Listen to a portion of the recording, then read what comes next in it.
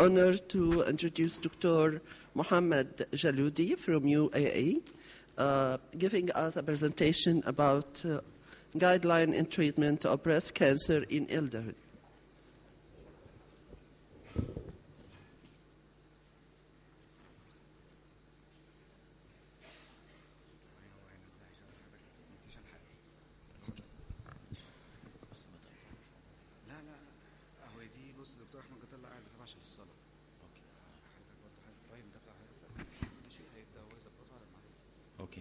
Assalamu alaikum. Good morning. Okay, while we heat up and start, thank you to the organizers, of course, and especially Dr. Sham al-Ghazali for inviting us. Dr. Yahya, Dr. Ahmed, thank you all. So I always have this task of giving this presentation in front of Mary Apra, who is the father of this topic. But anyway, I'll try to make it in 20 minutes. It's a very heavy topic, but I'll do my best. I'll speak very quickly. So the facts are 60% of all cancers are in women over the age of 65, or in people in over 65 in general, all cancers. About 70% of cancer mortalities are in people over 65. This is what's been described as a silver tsunami. By the year 2030, 1 in every 5 Americans will be over 65. So we have to come adjusted to this. If you look at the life expectancies, and it's been going up through all the continents, and the U.S. For females exceeding 80 years old and males slightly less. So we have to come accustomed to treating elderly patients with cancer. Look at the U.S. population. By 2025, 20% will be over the age of 65. So a quick question: what is the life expectancy of a 75-year-old woman in good health? Which one of these? And I'll make it quick again. So it's going to be about 12 years. Somebody who is 75 years old in good health is expected to live another 12 years. That's not bad. What are the perspectives of age for young adults with cancers in general? It's usually a single serious condition. It dominates the clinical picture. It's usually acute. Severe side effects are relatively well tolerated, and the main goal is survival. On the other hand, for older women, it coexists with other multiple illnesses and significant disabilities. There are other comorbid conditions. There is variable tolerability of specific treatments. And the main goal, again, could be survival, or it could be quality of life, depending on the situation. What are the goals of cancer treatment in older populations in general? Of course, you hope for cure, prolongation of survival, prolongation of active life expectancy, effective symptom management, and to do no harm. There are some questions we have to ask in geriatric oncology. Simple ones: is the patient going to die of or with the cancer? Is the patient going to live long enough to suffer the consequences? Is the patient able to tolerate the treatment? Are there complications of the treatment that are common in older individuals? And is the social network of the patient's adequate support system, family, and so on and so forth adequate? As you know, with age, our body changes. There's pharmacological changes, as in absorption, distribution, metabolism, and excretion. We know in pharmacology, pharmacokinetics has changed. There are some modest changes in the pharmacokinetics based on age alone.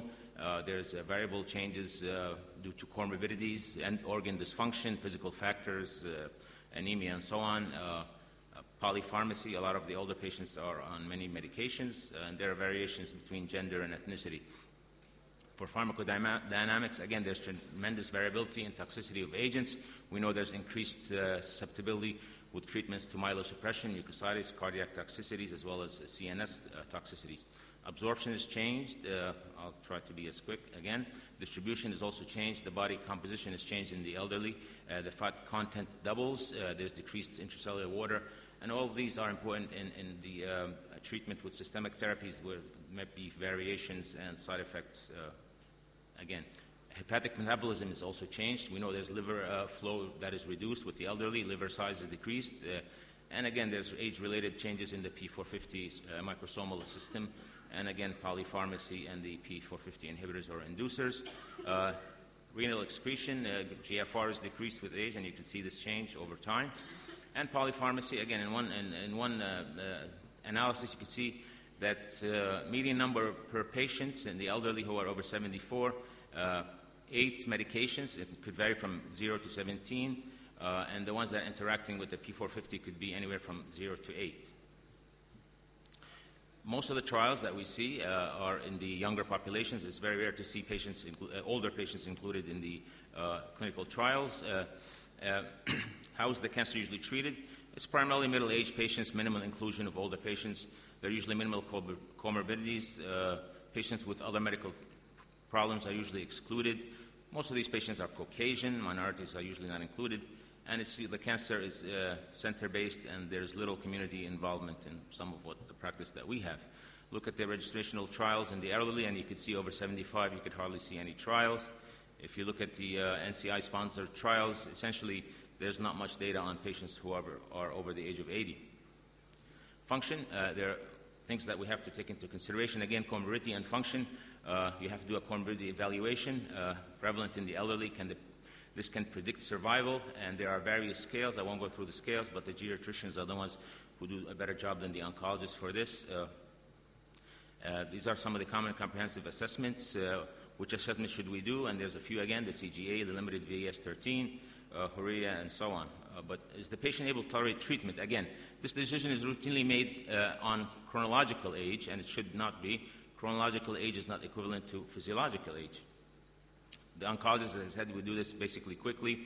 You don't spend much time on this. A little history, physical, Karnofsky performance status, or ECOG. It's an educated guess. This is limited to physical functioning, not sensitive to functional declines, and not validated in geriatric populations.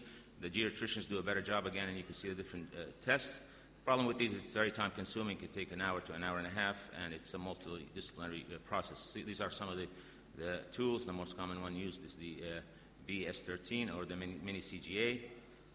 Now we'll go to the breast cancer. So that's where they give me 20 minutes, I think. Management of older patients with breast cancer. The background is, again, and this is from SIOG, and again, Mary Apro is here. There's limited level 1 clinical evidence. Evidence is usually derived from retrospective subgroup analyses, and there's exploration of trial results from younger patient populations extrapolating to older. We know there's different disease biology for the younger than in older patients. And again, the NCCN as well has a task force on breast cancer in the elderly women, and you could see that. I'm not going to go into details on that. But breast cancer in the elderly in general, it's a more favorable biological phenotype. There's usually less expression of HER2, a higher content of ER and PR, a higher frequency of diploidy, a lower frequency of P53 accumulation, and a better outcome, which is the most important part. Endocrine treatment, perhaps, and less role for chemotherapy.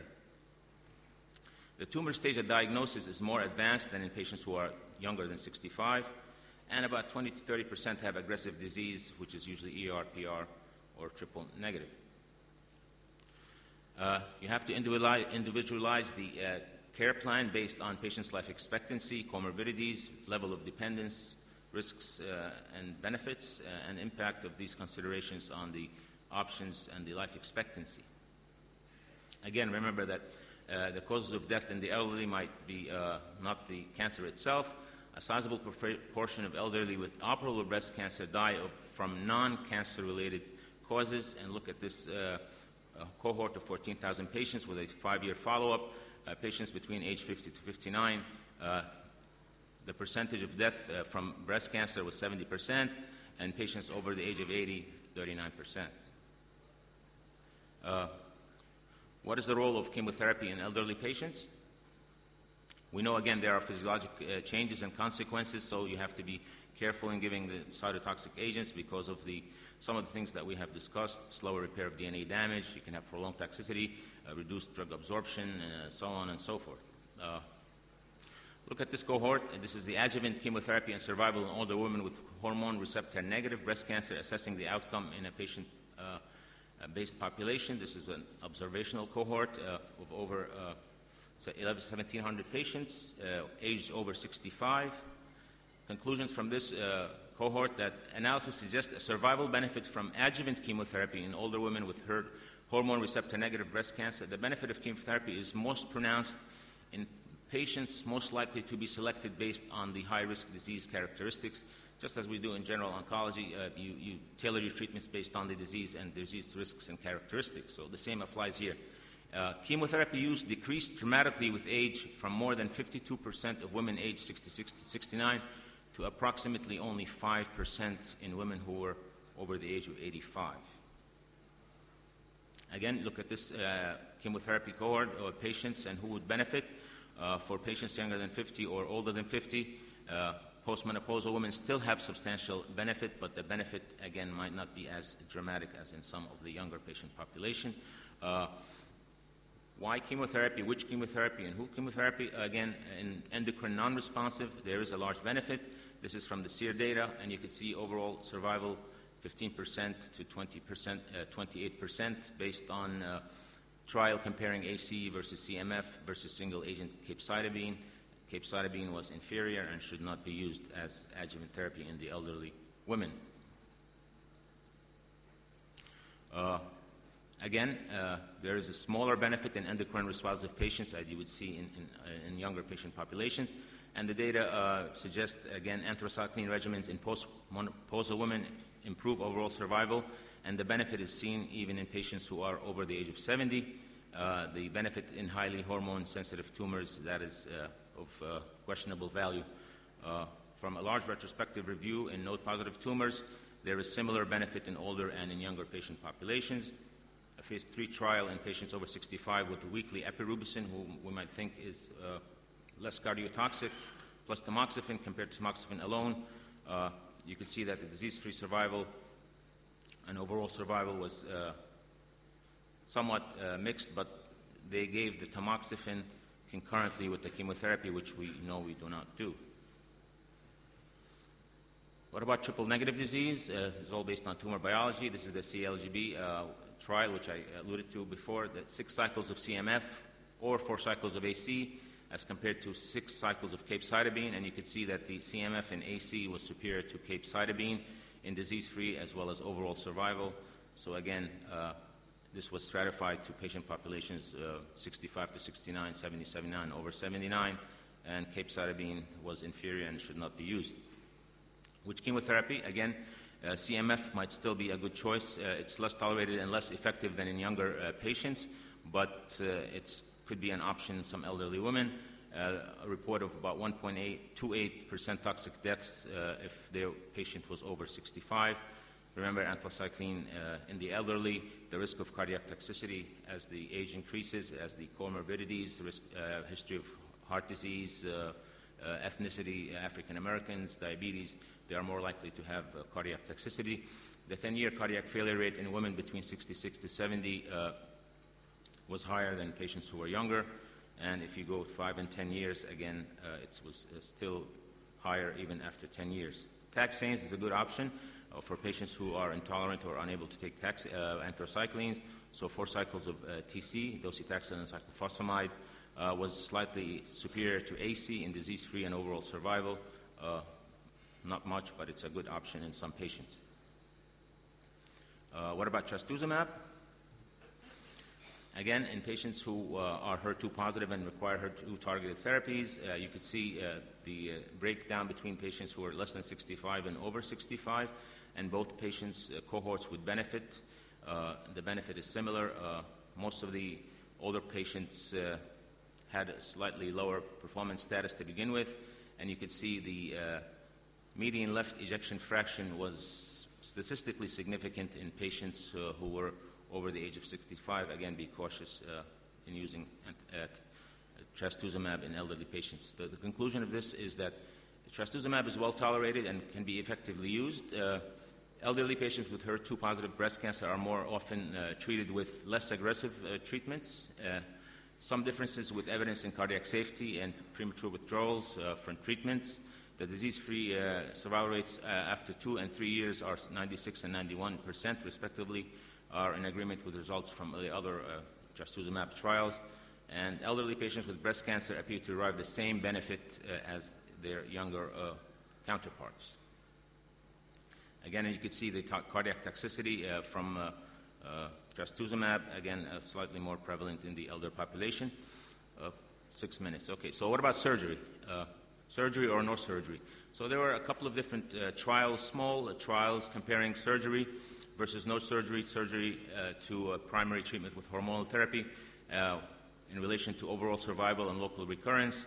And in general, surgery was superior in local control and local recurrence as compared to hormonal therapy alone. Most of these did not show statistical significance, with the exception of 2 trials that were comparative. But in general, surgery is the preferred method for patients who are able to undergo surgical procedures, preferred over hormonal therapy. What type of surgery? So breast-conserving surgery. It's usually less used in elderly patients. Outcomes similar to mastectomy in the elderly. Better quality of life, even in patients over 70. And it's usually preferred by most patients. So most elderly women prefer the breast-conserving surgery over mastectomy. And in some patients, you cannot do a mastectomy because of the advanced stage. How to address the axilla? We know that low-risk tumors, node-negative tumors, perhaps the data is evident, maybe not, but what about axillary lymph node dissections? This is concerns there of causing more comorbidities, edema, and so on. There's little influence adjuvant treatment decision in some of these small tumors, and studies showing no inferior prognosis in low-risk tumors when axillary lymph node dissection is omitted, and you could actually omit it in some patients, selected patients. Of course, sentinel lymph node biopsy is standard now, and for high-risk tumors, you should still follow the standard guidelines that we do in younger patient populations. This is the SIOG recommendation. Don't deny surgery for women over the age of 70 only on the basis of age. The kind of surgery for older should be the same as you would do in younger patients. The axilla, small clinically node-negative tumors, axillary lymph node dissection, questionable, there's comorbidity without influencing adjuvant treatment decisions or prognosis. Sentinel lymph node biopsy procedure is a solution for tumors that are usually between 2 to 3 centimeters. And of course, for high-risk tumors, AL and D is the standard. Radiotherapy. What about breast radiation after breast-conserving surgery? And you can see the 5 and 10-year recurrences and the 15-year morbidity and mortality. This is patients over the age of 70. RT should be considered in all patients after breast-conserving surgery, irrespective of age. If over 70 and low-risk tumors, less than 2 centimeters, we have data on that from a couple years ago. Clear margins, node-negative hormone therapy, the absolute benefit is small, and you might want to omit that. RT discussed individually based on the patient's general condition and patient preference. What about a boost? Again, same thing for 5-year recurrence, boost or no boost. And you can see in a patient population of over 55,000 and 1,700 over 60, and you could see the boost was superior in 5 local recurrence as compared to no boost both in the younger and the older population. And again, you should tailor it to the patient in front of you. What about post-mastectomy radiation? The benefit of RT is again independent of age. Local recurrence at 5 years is about 18% in all age groups, and we know that over or equivalent to 4 lymph nodes or T3 lesions, 10-year overall survival is improved by 10%. This trial, the CLGB 9394, tamoxifen with or without radiation following lumpectomy. Again, patients over 70, tamoxifen plus radiation versus tamoxifen alone, and they were followed for 12 years follow-up. And you could see that the radiation plus tamoxifen had less ipsilateral recurrence, less axillary recurrence, less rates of mastectomies, distant metastases, and deaths were about the same, and the breast cancer-specific deaths were similar. Basically, it's just the local recurrence and axillary recurrence. So conclusion for this is in elderly patients with early-stage breast cancer, benefit of radiation after lumpectomy is minimal, reduced recurrence in the same breast by about 7%, no radiation benefit on survival, breast preservation, development of second primary or distant metastases. Omitting radiation after lumpectomy is reasonable in early-stage ER-positive breast cancer patients who are over the age of 70. These are the SIOG recommendations, and again, they're similar. I won't go through those. Hormonal therapy, we know benefit of aromatase inhibitors versus tamoxifen is largely independent of age, high endoxifen levels in the elderly. Tolerability, you know the tolerability for tamoxifen and the side effects with thrombosis, individual cancer, and AIs with osteoporosis and arthralgia. But in general, again, the SIOG recommendations, benefit of adjuvant hormone therapy for older is equivalent to younger. No evidence for age-related differences in efficacy between tamoxifen and AIs. However, the elderly might be more vulnerable to some of the common side effects that we see. In conclusion, Be aware of undertreatment, which can lead to inferior outcomes. Be aware of overtreatment. Elderly don't need identical therapy systematically. Less absolute gain of chemotherapy, radiation therapy, and influence on comorbidities. Most optimal therapy should be general prognostic tumor-related markers, global health status and life expectancy, patient preference, and remember, it's not chronological age. With that, I thank you, and this is a plug for the SIOG in 2015 in Czech Republic, Prague, November 12 to 14, and of course our conference, the Emirates Oncology Conference, November 19, 2021, 2015 in Abu Dhabi. Thank you very much for your attention.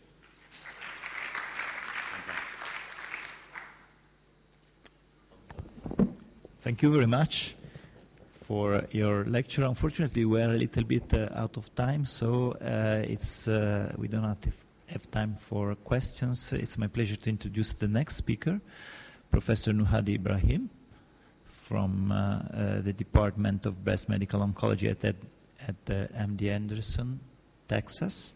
And he will talk about guidelines treatment for chemotherapy in small tumors.